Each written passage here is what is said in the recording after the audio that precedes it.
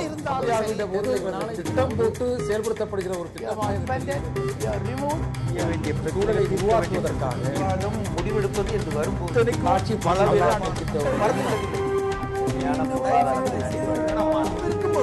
எதிர்த்து பேசிட்டு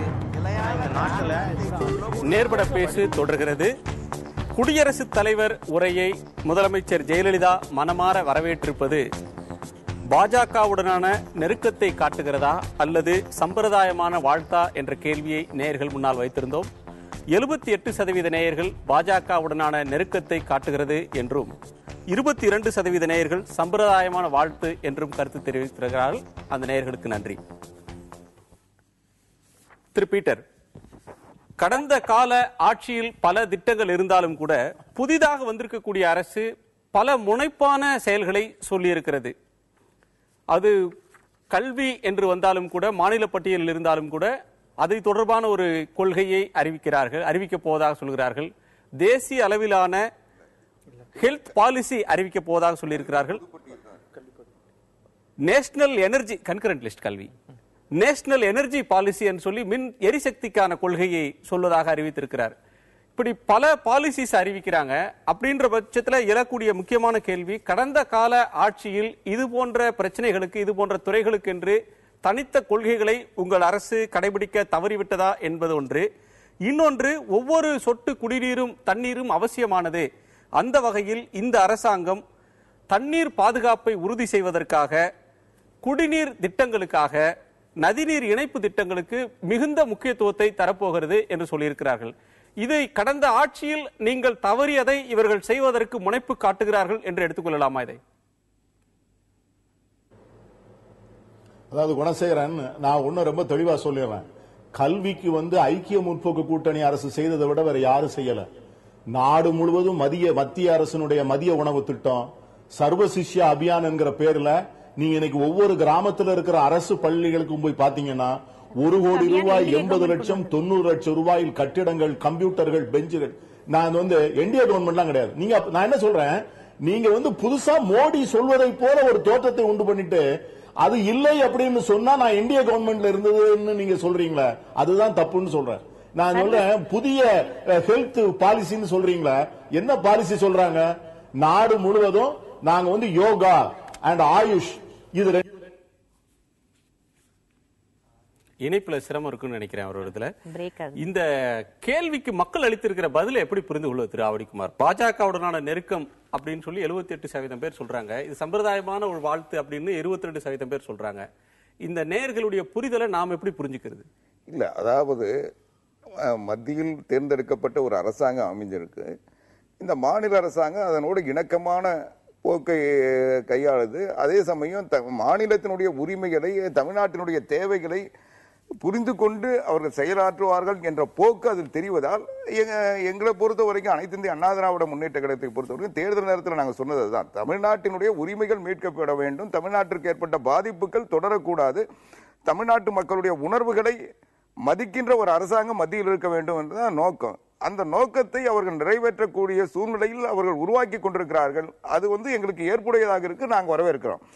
தமிழ்நாட்டை பொறுத்த வரைக்கும் கடந்த ஆட்சி, ஐக்கிய முற்போக்கு கூட்டணி ஆட்சி தொடர்ந்து தமிழ்நாட்டுக்கு மட்டுமே உள்ள பிரச்சனைகளை அதன் மீது ஒரு பார்வையை கூட செலுத்தாத நிலை இருந்தது. அந்த நிலையிலிருந்து ஒரு மாறுபட்ட சூழ்நிலை வருகின்ற பொழுது அதை நாங்கள் வரவேற்கிறோம்.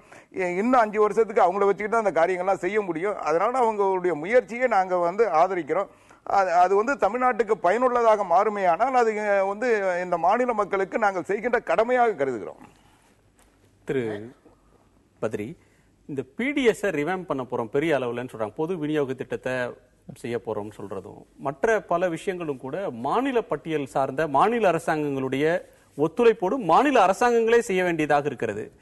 இவங்களுடைய தேசிய பார்வை என்பது இவர்கள் சொல்வதை போல எல்லா மாநிலங்களையும் அனுசரித்து பல மாநிலங்கள் இருக்கக்கூடிய சிறந்த முன்மாதிரிகளை உள்வாங்கி கொண்டு செய்வோம்னு சொல்றாங்களே, இது இந்தியா மாதிரி பல்வேறு கட்சிகள் ஆட்சி செய்யக்கூடிய ஒரு மாநிலத்துல, ஒரு நாட்டுல இப்படிப்பட்ட ஒரு அகண்ட கனவுகள், ஒரு விரிந்த கனவுகள்ன்றது எந்த அளவுக்கு செயல் வடிவம் பெறும்? இல்ல, சில கனவுகள்லாம் ரொம்ப கடினமான ஒன்றாக இருக்கும் அப்படின்னு தான் தோணுது. ஒட்டுமொத்தமாக இந்த பிடிஎஸ் எல்லாத்தையும் மாத்திர முடியுமா அப்படிங்கிறதுல எனக்கு சந்தேகம் இருக்கு. சில மாநிலங்கள் வந்து ரொம்ப சிறப்பான பிடிஎஸ் ஆல்ரெடி இருக்கு, பல மாநிலங்கள் வந்து ரொம்ப மோசமான ஒரு நிலைமையில அது இருக்கு. இப்ப தமிழகத்தெல்லாம் எடுத்துட்டீங்கன்னா பிடிஎஸ் வந்து மிகச் சிறப்பாக இருக்கு. சத்தீஸ்கட் அது மாதிரி சொல்லலாம். இதை நீங்க எப்படி வந்து நீங்க ஒட்டுமொத்தமாக இதை ரிஃபார்ம் பண்ண போறீங்க? அதற்கான கால அவகாசம் உங்கள்கிட்ட இருக்கா? இது வந்து இதை ஒரு முக்கியமான ஒரு ஒரு கொள்கையாகவே எடுத்து முன்வைக்கணுமா அப்படிங்கிற சந்தேகம்லாம் இருக்கு. பார்வையாளருடைய கேள்வி எதிர்கொள்ளலாம். யார் கேட்குறீங்க? வானதி சீனிவாஸ் மேடம். மேடம், இந்த hoarding, black money, black market இதெல்லாம் ஒரு இன்ஃப்ளேஷனுக்கு மெயினான காரணமாக இருக்குது. அதே நேரத்தில் அக்ரிகல்ச்சர் டெவலப்மெண்ட்டு, இண்டஸ்ட்ரீஸ் டெவலப்மெண்ட்டு, ஒரு இண்டிவிஜுவல் பர்சன்ஸுடைய இன்கம் இதெல்லாம் சேர்ந்து தான் ஒரு வறுமை கோட்டை ஒழிக்க முடியும். இப்படியெல்லாம் இருக்கப்ப இந்த பொருளை வச்சு தான் பொருளாதாரம்ங்கிறது நிர்ணயிக்கப்படுது. நம்ம நாட்டில் பொருளே இல்லாமல் ஜனாதிபதியுடைய மேற்கூடிய குறைபாடுகள் எல்லாம் சாத்தியக்குரியவர்கள் ஆகுமா, இல்லை நடைமுறைக்கு 68 ஆண்டுகளாக கூறப்பட்டது போல் கற்பனையாகத்தான் இருக்குமா? இல்ல, இதுல வந்துட்டு நீங்க சொல்லக்கூடிய பல்வேறு விஷயங்களை உள்ளடக்கியதுதான். நீங்க வந்து ஒரு பொருளாதார மேம்பாடு அப்படிங்க வரும்போது இதுல பல்வேறு கூறுகள் வந்து இருக்கு. இன்னைக்கு வந்து நீங்க உணவுப் பொருள் விலையேற்றத்தை தடுக்குவதற்காக மிக முக்கியமான ஒரு விஷயமாக அதை தடுக்க போகிறோம் அப்படிங்கிற ஒரு வார்த்தையை இதுல பயன்படுத்தியிருக்காங்க. அதனால இதுல வந்து அவநம்பிக்கை கொள்ள வேண்டியதில்லை. அதாவது இதுல ஒரு முக்கியமான ஒரு மெசேஜ் என்ன போகுதுன்னா, இந்த மாதிரியான பதுக்கல்காரர்களுக்கான மிக கடுமையான ஒரு எச்சரிக்கை அப்படிங்கிறது இதுல ஒரு மெசேஜ். அதனால இதன் மூலமாக எப்படியெல்லாம் வந்து உணவுப் பொருளுடைய விலையை குறைப்பதற்கான முயற்சியை ஆரம்பிக்கிறோம் அப்படிங்கிறதுக்கான ஆரம்ப கட்டம் தான் இது. திரு ஆவடி குமார் அவர்கள்ட்ட தேர்தல் பிரச்சார காலங்களில் நம்ம தமிழக முதல்வர் அவர்கள் மோடி அவர்களை மிக கடுமையாக சில இடங்களில் விமர்சித்துள்ளார்.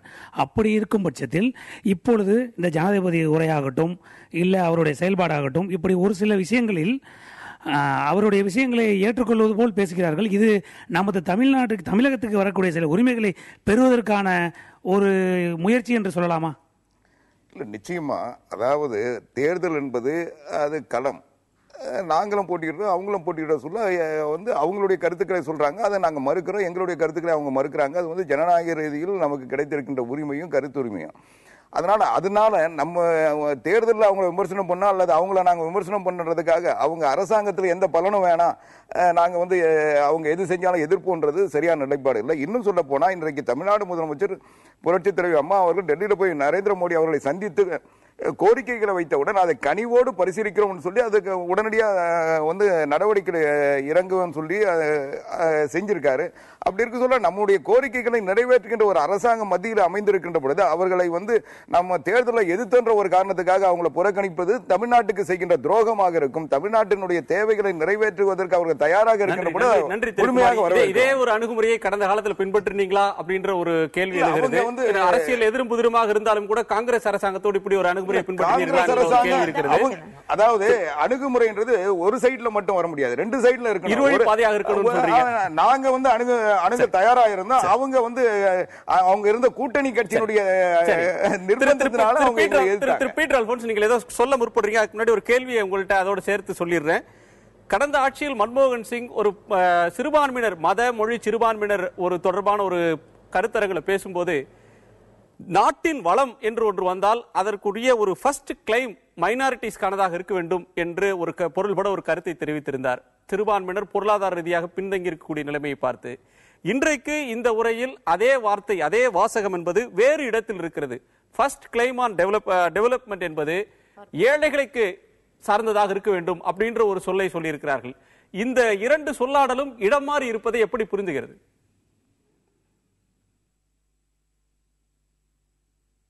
நீங்க வந்து இதுல வந்து நான் ஒரு வெல்கமிங் டெவலப்மெண்ட் என்ன பாக்குறேன் அப்படின்னு சொன்னீங்கன்னா, இதுல வந்து கடந்த காலங்களிலே சிறுபான்மையினரை பற்றி பேசுவதற்கே நான் சகோதரி வானதி வந்து என்னுடைய வார்த்தை பிரயோகம் தப்பா இருந்தால் திருத்திக் கொள்ளலாம்.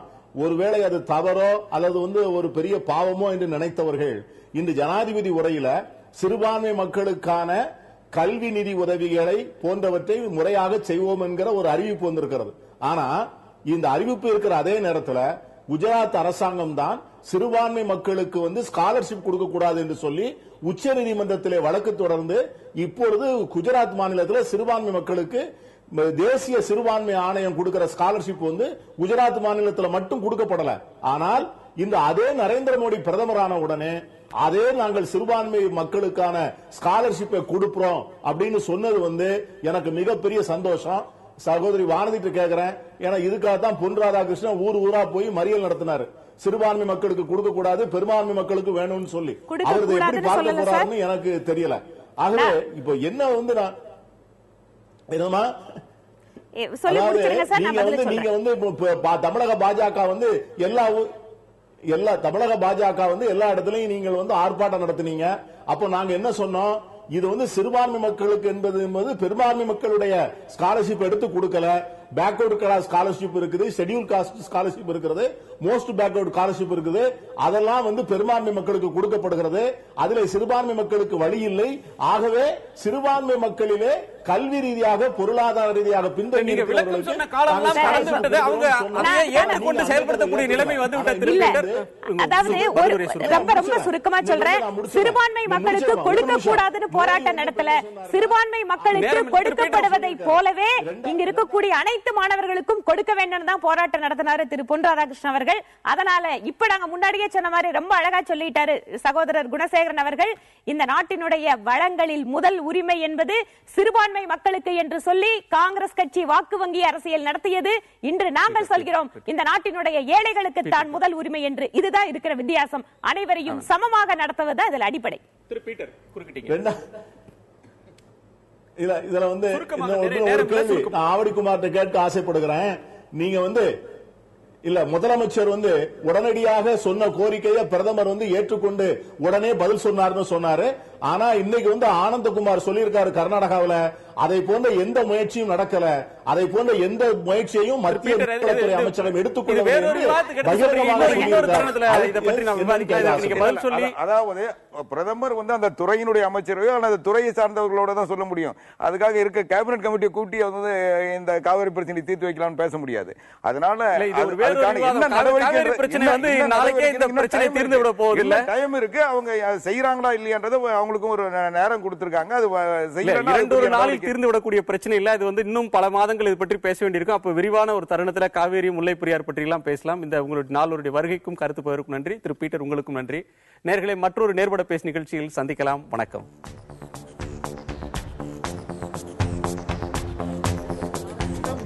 செயல்படுத்தப்படுகிற ஒரு சூழலை உருவாக்குவதற்காக முடிவெடுப்பது என்று வரும்போது காட்சி பல